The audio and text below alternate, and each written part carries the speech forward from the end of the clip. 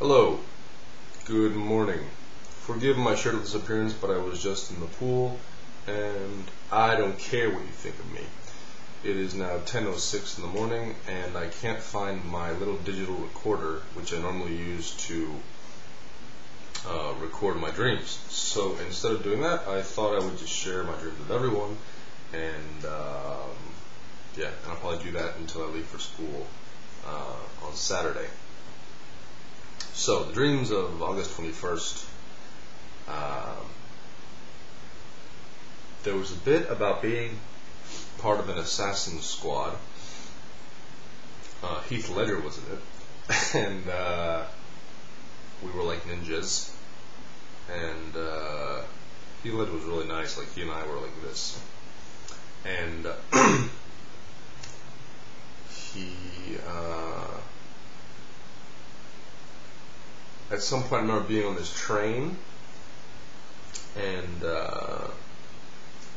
we were on this train with a bunch of like younger kids, and the train flew off the tracks into this river, and it was colder, like it was in the winter, and we had to save all the kids, and blah blah blah.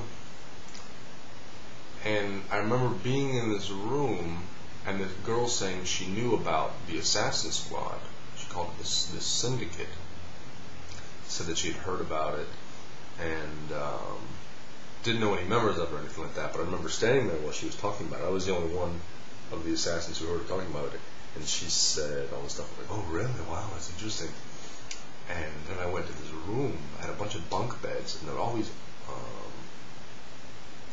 middle-aged people, and Heath Ledger was up on this bunk bed, and I, like Spider-Man, crawled across the ceiling, right, and got on the bed next to Heath Ledger, and I kind of like snuggled up to him, and I was like, this girl knows about the syndicate. I was like, I know, that's her sister right over there, and she was talking shit about it too. I said, wow, that's interesting, I don't know about that.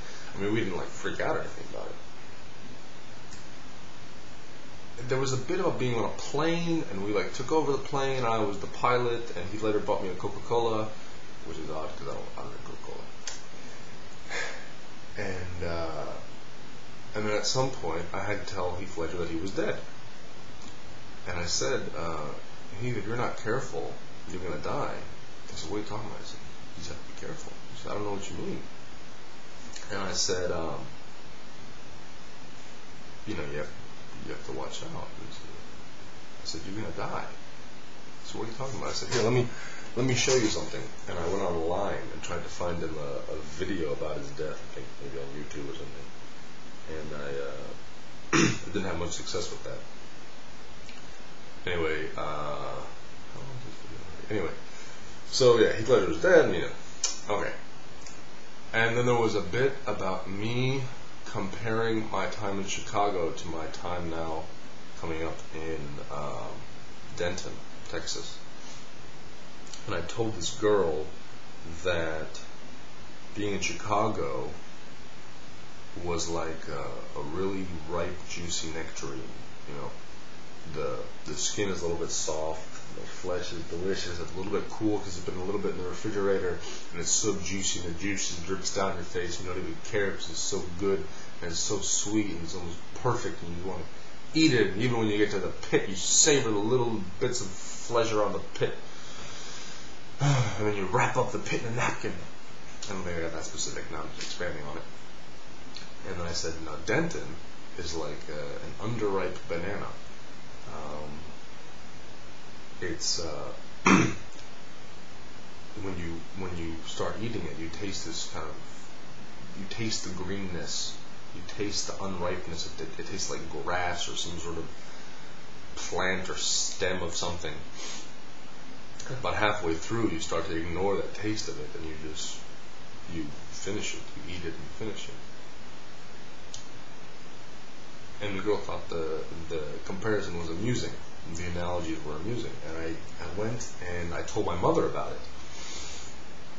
I said, and I tried to actually tell her about it, and I started talking about the nectarine, and before I could finish, I started weeping so hard in my dream. I was crying so hard. I was just bawling. And she tried to console me. It's okay. No, I was screaming practically. I felt so sad. I think it was because I was thinking about the reasons why I was in Denton and no longer in Chicago. What else is in that dream? I think those are the big things. The Heath Ledger stuff and the nectarine and the banana. I don't remember much more than that. We never actually killed anyone, we in the Assassin Squad. But yeah. I think that's it.